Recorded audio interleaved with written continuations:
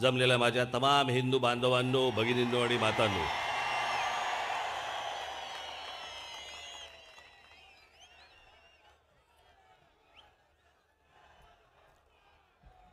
आज सर्वप्रथम आपणाला सर्वांना मी गुढीपाडव्याच्या मनपूर्वक शुभेच्छा देतो.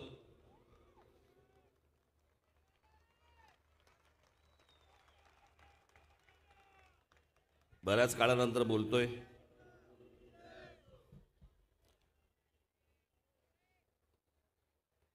अनेकांनी मला विचारलं काल आणि आज एवढे मोठे स्क्रीन कशासाठी लावलेत. तो म्हटलं भाषण संपल्यावरती पठाण दाखवणार आहेत.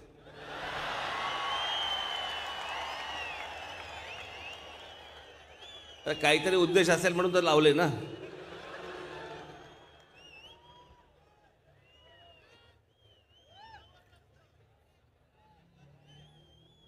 पण आज शिवतीर्थाचा कोपरा इथे भरलेला मला दिसतो आहे.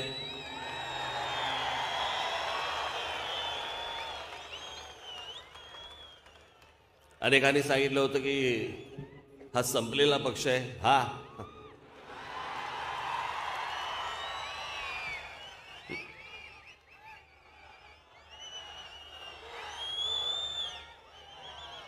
जे बोलले त्यांची अवस्था काय.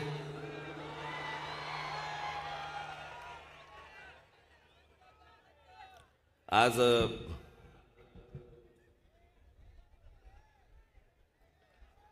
महाराष्ट्राची एकूण गेल्या दोन वर्षामधली आपण स्थिती पाहतोय, राजकीय स्थिती पाहतोय. गेल्या काही दिवसांमध्ये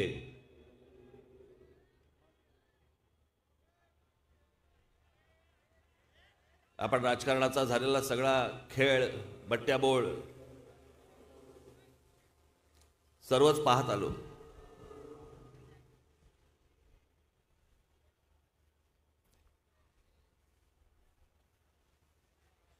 पण हे सगळं राजकारण पाहत असताना मला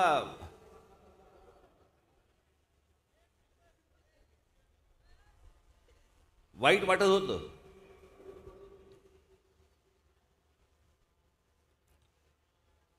पण ज्यावेळेला शिवसेना आणि धनुष्यबाण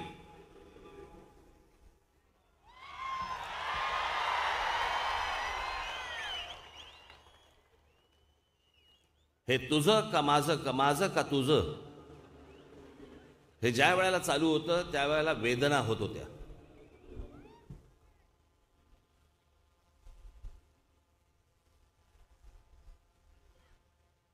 जितकी वर्ष लहानपणापासून तो पक्ष पाहत आलो,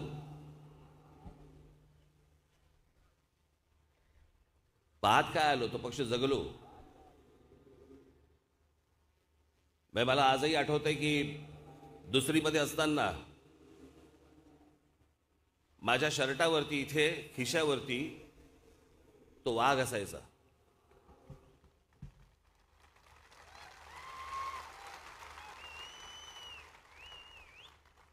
आणि तोही बरोबर याच बाजूला.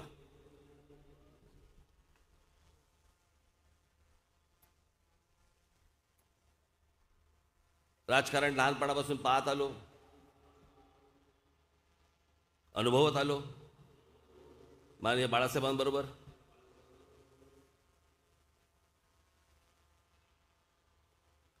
असंख्य लोकांनी कष्ट घेऊन उभी केलेली, अनेक लोकांच्या घामातून आणि रक्तातून उभे राहिलेला तो पक्ष, ती संघटना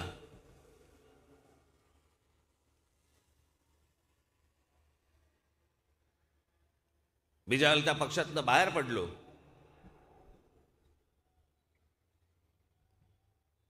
आणि बाहेर पडल्यानंतर मी इथे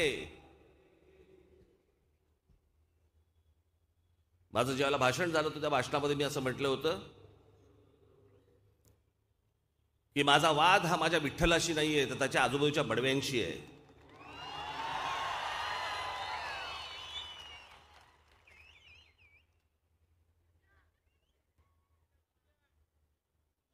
आणि मी तेव्हा हेही म्हटलं होतं. मला आत्ता मध्यंतरी कोणीतरी ती क्लिप दाखवली, मी विसरून गेलो होतो सगळं. ही चार टाळकी हा पक्ष खड्ड्यात घालणार आणि खड्ड्यात घातल्यानंतर त्या गोष्टीचा वाटेकरी माझी व्हायची इच्छा नाही, म्हणून मी बाहेर पडत आहे.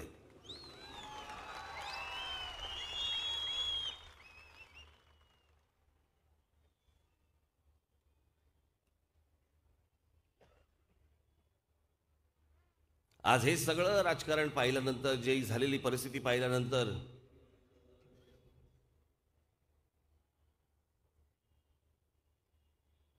जसं असतं ना त्या तुमच्या टेलिव्हिजन सिरीज असतात, त्याचे एपिसोड्स असतात आणि पुढचा एपिसोड तुम्ही लावला की त्याला एक रिकॅप येतो.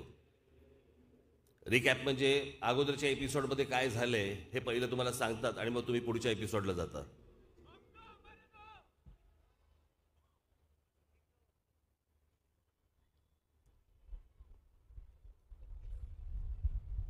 2006ला ज्यावेळेला मी पक्ष स्थापन केला, याच शिवतीर्थावरती इथे केला, पण त्या संपूर्ण भाषणामध्ये काय झालं, कशामुळे झालं, तो सगळा चिखल मला करायचा नव्हता. आजही नाही करायचंय मला.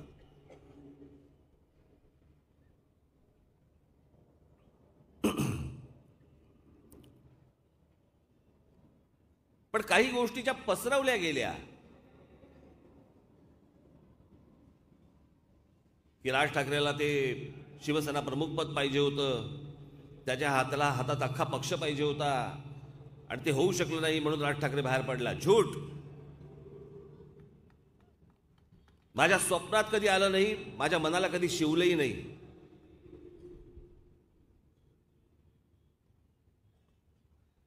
कारण तो नुसता धनुष्यबाण नव्हता, ते शिवधनुष्य होतं आणि मला माहिती होतं की बाळासाहेब सोडून ते कोणालाही पेलणार नाही, होणार नाही, झेपणार नाही.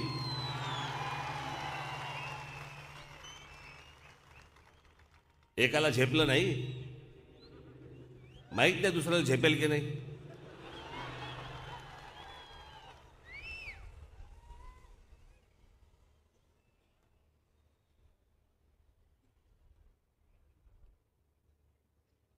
पण मला असं वाटतं काही गोष्टी मला तुमच्याशी बोलाव्याशा वाटल्या. एकाच दोन गोष्टी, मला काही चिखल नाही करायचा परत, मला घरातल्या गोष्टी बाहेर पण काढायच्या नाहीत.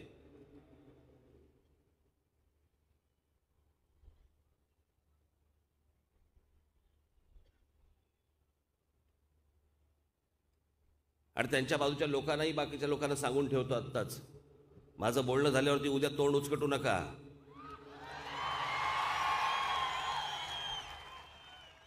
त्याच्यानंतर माझ्या थोबाडातनं काय काय बाहेर पडेल ते झेपायचं नाही तुम्हाला.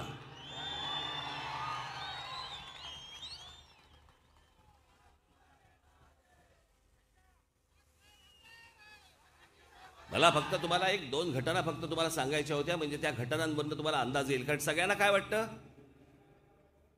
तो फक्त सारखा तो महाबळेश्वरचा प्रसंग सांगितला जातो.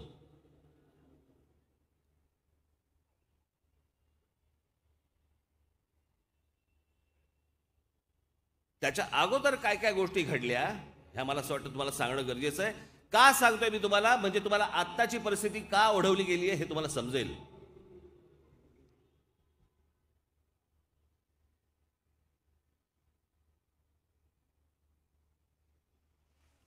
अनेक गोष्टी झाल्या, काय काय गोष्टी झाल्या. मला माहिती होतं की मला भिंतीकडे सगळा दाबण्याचा प्रयत्न होतोय. सगळ्यांना सांगितलं जातं ह्याच्या होर्डिंगवरती फोटो टाकू नका, हे करू नका, ते करू. मला काही फरक पडत नव्हता.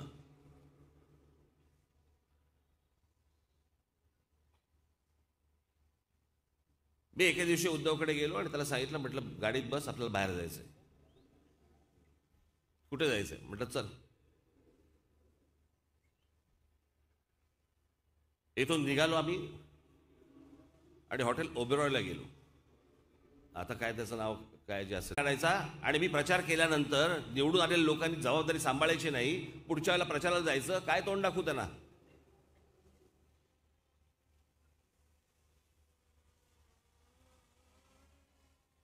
मला बोलला नाही, मला काही नाही, मला काही प्रॉब्लेम नाही. मी म्हटलं ठरलं मग. तो बोलला ठरलं. हा येत आहेत. 5 मिनिटांनंतर बाळासाहेब अधीर झाले होते. म्हणे कुठे गेले, कुठे आहे उद्धव, बोलव त्याला लगेच. मी परत बाहेर गेलो. मला सांगितलं ते बाहेर निघून गेले.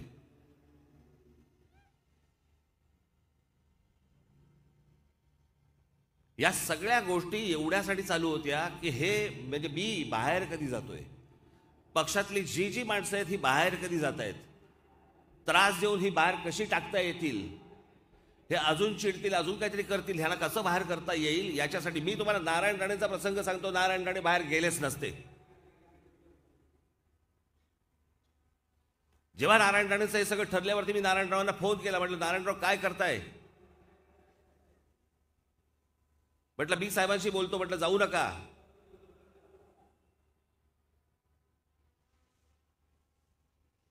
मला बोले बोला तुम्ही साहेबांशी. मी बाळासाहेबांना फोन लावला. मी त्याला सांगितलं म्हटलं त्यांची इच्छा नाहीये म्हटलं, पण म्हटलं जाऊन देऊ नको म्हटलं. मला बोलले लगेच घेऊन ये घरी. मी म्हटलं नक्की ना. मला बोलले घेऊन ये घरी. फोन ठेवला. मी नारायणरावांना फोन लावला. म्हटलं आत्ताच्या आत्ता इकडे या, आपल्याला साहेबांकडे जायचंय. मला बोलले निघालोच. ते तिथून निघाले. मला परत 5 मिनिटात फोन आला म्हणजे बाळासाहेबांचा. अरे त्यांना नको बोलवूस. मला कोणतरी बागेत बोलतोय असं दिसत होतं, ऐकू येत होतं. मला म्हणाले की त्यांना नको बोलूस. काही नाही, मला फोन करून त्यांना सांगायला लागलं येऊ नका.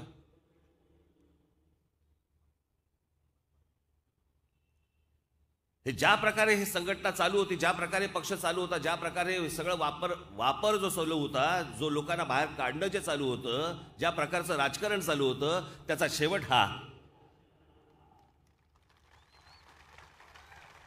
मला त्यांचं काय झालं याच्याशी मला काही फरक नाही पडत. त्यांचं राजकारण त्यांना लख लाभो. पण जे नाव लहानपणापासून मी पाहत आलो ते ज्यावेळेला टांगताना दिसायला लागलं मला की आज ह्यांच्याकडे का ह्यांच्याकडे का ह्यांच्याकडे का ह्यांच्याकडे, तेव्हा त्रास व्हायला लागला.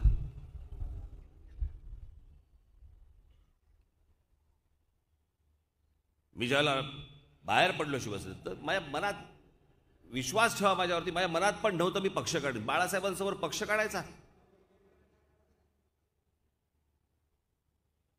कोण साथ देणार, कोण येणार बरोबर, काही माहित नाही.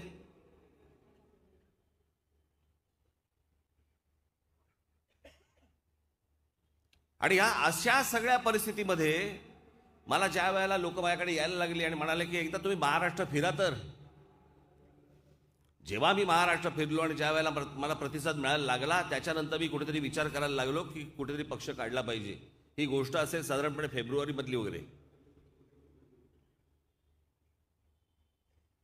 मी बाहेर पडलो नोव्हेंबरला. त्याच्यामुळे काहीतरी फार मोठ्या महत्वाकांक्षा होत्या आणि मला काहीतरी मोठा काहीतरी पक्ष काढायचा होता आणि मला त्याच्यामध्ये काहीतरी अगोदर माझे त्याच गोष्टी माझ्या डोक्यामध्ये चालू होत्या. काही नव्हतं चालू माझं.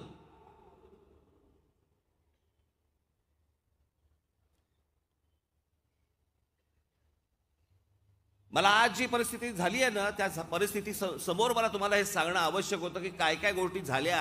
अनेक गोष्टी झाल्या.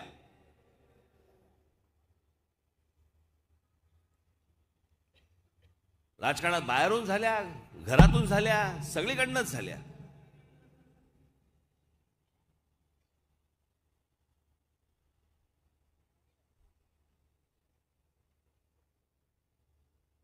आणि आज हे सगळं राजकारण जे चालू आहे ना, आज मान्य बाळासाहेब असते तर ही गोष्ट ह्याची गेले 2 वर्षाची गोष्ट चालू आहे, 2.5 वर्षाची गोष्ट चालू आहे, होऊ दिली असती का?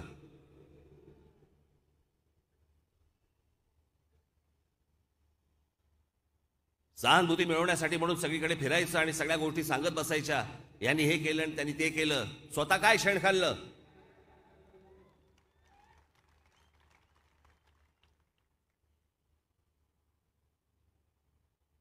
काय असतं, स्मरणशक्ती असते ना ती जरा कमी असल्यामुळे मागच्या झालेल्या गोष्टी आहेत आपण पटकन विसरतो. मला तुम्हाला परत सांगायच्या. आठवून बघा ती 2.5 वर्षापूर्वीची गोष्ट. शिवसेना आणि भारतीय जनता पक्षाने एकत्र निवडणूक लढवली आणि एकत्र निवडणूक लढवल्यानंतर मला असं वाटतं महाराष्ट्रातल्या मतदारांनी या गोष्टींचा विचार करणं गरजेचं आहे. तुम्ही विचार केला पाहिजे या गोष्टींचा. सगळीकडनं एक कॅम्पेन करायचं की मतदारांनी आपापली जबाबदारी पार पाडली पाहिजे, मतदानाचा अधिकार तुम्ही निभावला पाहिजे, तुम्ही मतदान केलं पाहिजे. आणि उन्हातानामध्ये उभं राहिल्यानंतर, रांगेमध्ये उभं राहून मतदान केल्यानंतर हे ह्यांचा खेळ खेळत बसणार.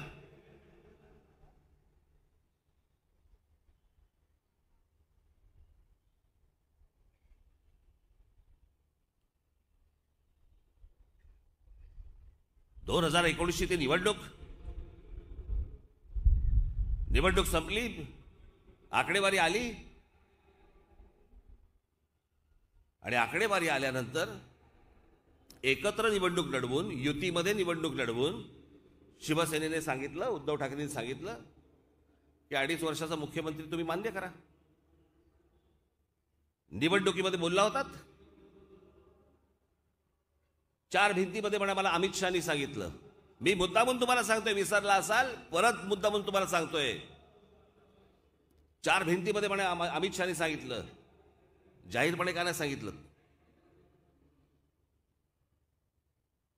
ज्यावेळेला नरेंद्र मोदींच्या व्यासपीठावरती बसून ज्यावेळेला नरेंद्र मोदी सांगत होते की पुढचा मुख्यमंत्री देवेंद्र फडणवीस असेल, आक्षेप का नाही घेतलात? अमित शहाच्या व्यासपीठावरती बसून तुम्ही अमित शहा ज्यावेळेला सांगत होते की पुढचे मुख्यमंत्री देवेंद्र फडणवीस होतील, आक्षेप का नाही घेतलात?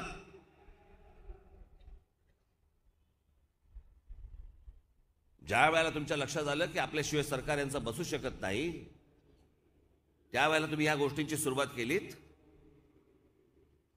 की 2.5 वर्षाचं मुख्यमंत्रीपद द्या, नाही तर आम्ही तुमच्याबरोबर येणार नाही. मग ज्या लोकांनी आता ह्या तुम्हाला युती म्हणून मतदान केलं त्यांचं काय? त्याच्यानंतर तुम्ही सगळे खेळ खेळणार.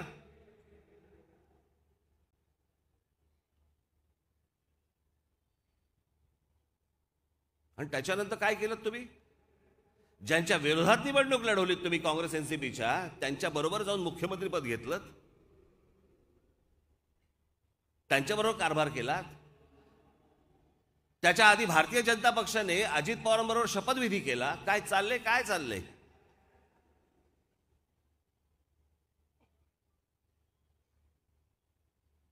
सकाळी पहाटेचा शपथविधी करायचा अजित पवारांबरोबर, मग तिथून ताकाने डोळे वटारले, मग ते फिसकटलं प्रकरण, प्रेम प्रकरण. मग दुसरीकडे काहीतरी चालू होतं, एक फूल दो काटे. मग ते सगळं जमलं. ही जी सगळी थेरं चालू आहेत, ही थेरं यांना करण्यासाठी म्हणून, त्याच्यासाठी म्हणून मतदान करता तुम्ही. आणि मग गेल्या गुढीपाडव्याच्या सभेमध्ये मी ज्या गोष्टी बोललो, त्याच्यानंतर एप्रिलमध्ये बोललो, जूनमध्ये झाला सगळा तमाशा.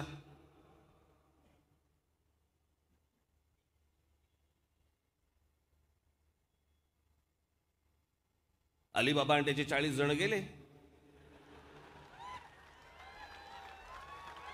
त्यांना चोर फक्त म्हणता येत नाही मला, कारण ते चोर नाहीत. यालाच कंटाळून गेले. या कोविडच्या काळामध्ये हा माणूस भेटायला तयार नव्हता कोणाला. मुख्यमंत्री एक आमदार भेटायला गेला, त्याच्या मुलाबरोबर भेटायला गेला, मुलाला बाहेर ठेवा म्हणाले आणि फक्त आमदाराला भेटले. का? कोविड. का? मुलाने काय होणार होतं?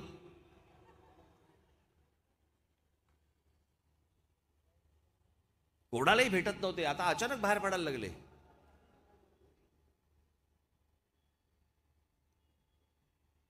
आणि मग 19 जून 20 जूनच्या सुमारास आपल्याला कळलं, 21 जूनला, की एकनाथ शिंदे आमदार घेऊन सुरतला गेले. ते पुढे गुवाहाटी पुढे पहिले सुरतला गेले. मला आजपर्यंत एवढंच माहिती होतं की महाराज तिथून लूट करून महाराष्ट्रात आले, सुरतवरून. महाराष्ट्रातून लूट करून सुरतला गेलेले हे पहिलेच.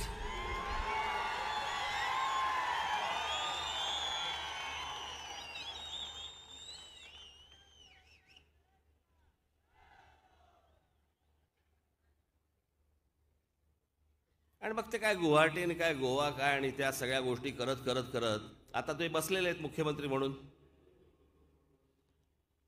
एकनाथ शिंदेना मला फक्त एवढंच सांगायचंय, महाराष्ट्र राज्याचे मुख्यमंत्री म्हणून तुम्ही बसलेले आहात, महाराष्ट्र राज्यासाठी काम करा.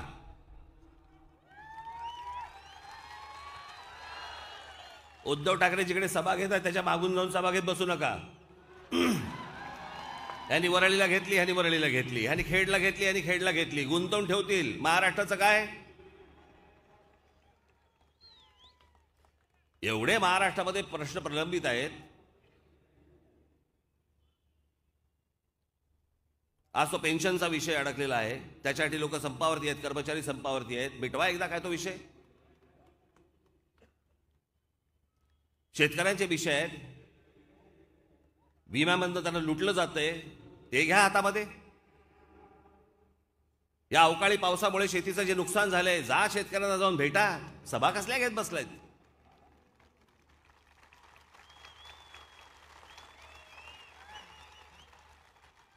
किती प्रश्न पडलेले आहेत.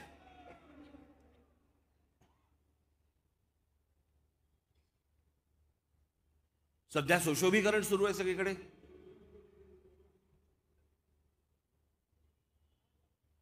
जेवढे दिव्याचे पोल्स आहेत त्यांना लाईट लावलेत. संध्याकाळी मुंबई बघताना मुंबई आहे का डान्स बार आहे तेच कळत नाही.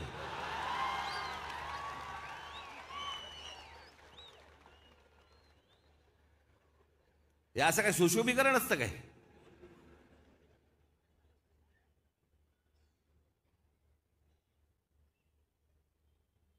परवा दिवशी इथे या, इथेच कुठेतरी इथे 2 सिंह आहेत, त्यांच्या मागून लाल लाईट लावले होते. चला म्हटलं मुळव्यात झाली की काय ना. हे काय लाइटिंग लावायची पद्धत आहे का? लाईट लावायची पद्धत आहे? जगामध्ये जेव्हा तुम्ही फिरता, जगामध्ये जेव्हा जाता, त्यावेळेला बघा कशी स्वच्छ सुंदर चांगली शहरं असतात, दिवे नाही लावत.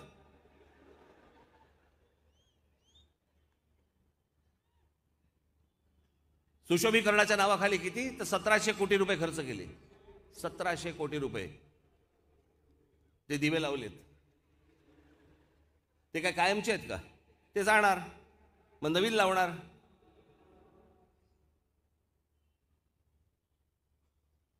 अहो आपण कोण आहोत? आपण महाराष्ट्राचे नागरिक आहोत. या महाराष्ट्राचे, मी काल म्हटलं ना, ज्या महाराष्ट्राने देशाचं प्रबोधन केलं त्या महाराष्ट्राचं प्रबोधन करायची वेळ आली आज.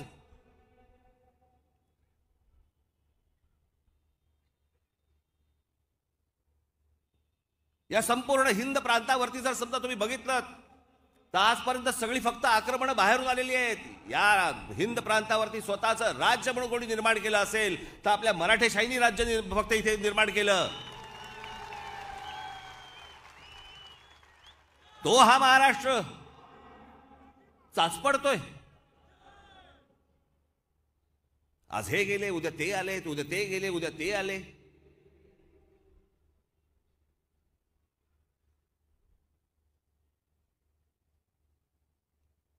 कशा प्रकारचं राजकारण महाराष्ट्राने आजपर्यंत पाहिलं आणि कशा प्रकारचं राजकारण आज बघतोय महाराष्ट्र.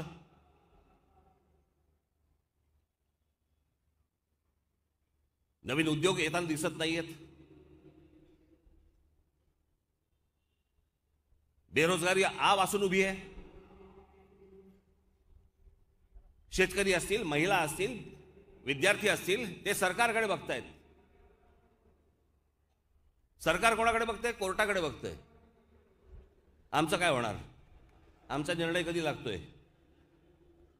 असं कोर्टावरती अवलंबून असलेलं सरकार मी आजपर्यंत पाहिलेलं नाही.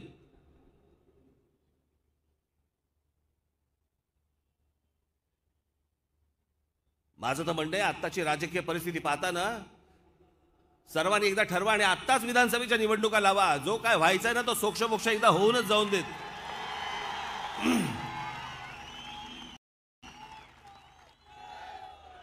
जो काय चिखल केलाय ना तो नाही नागरिकांनी तुमच्या तोंडात घातला बघा.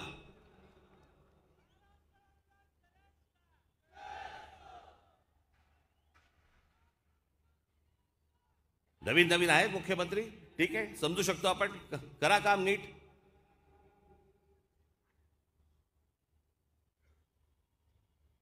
एवढ्या गोष्टी आहेत.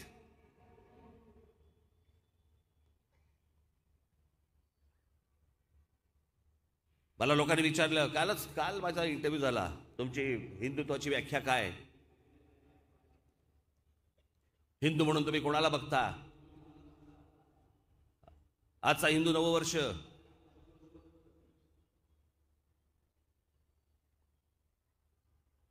माझ्या हिंदुत्वामध्ये, आणि तो असलाच पाहिजे मला असं वाटतं. मी सांगितलं ना मागच्या वेळेला, मला धर्मांध हिंदू नकोय, मला धर्माभिमानी हिंदू हवाय, जो स्वतःचा धर्मही देखील बघेल, दुसऱ्या धर्माचाही मान राखेल, जेवढ्यास तेवढा.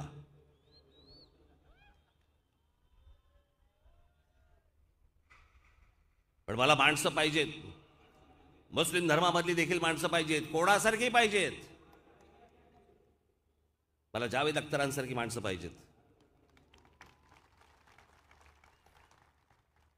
या देशातल्या आजपर्यंत कुठच्याही नागरिकांनी आजपर्यंत पाकिस्तानामध्ये जाऊन पाकिस्तानला कधी खडेबोल सुनावले नाहीत.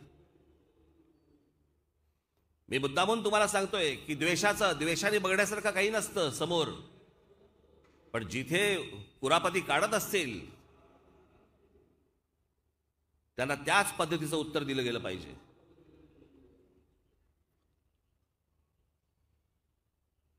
मध्यंतरी ते गाजलं, पण मी तुम्हाला मुद्दामून दाखवण्यासाठी आणलंय की मला अपेक्षित असलेला मुसलमान, भारतीय मुसलमान, महाराष्ट्राचा मुसलमान हा कसा पाहिजे. पाकिस्तानला 2 शब्द सांगणारा, त्यांना सुनावून येणारा आणि अशा प्रकारची हिंमत दाखवणारा मला मुसलमान पाहिजे. जावेद अख्तरांसारखा तो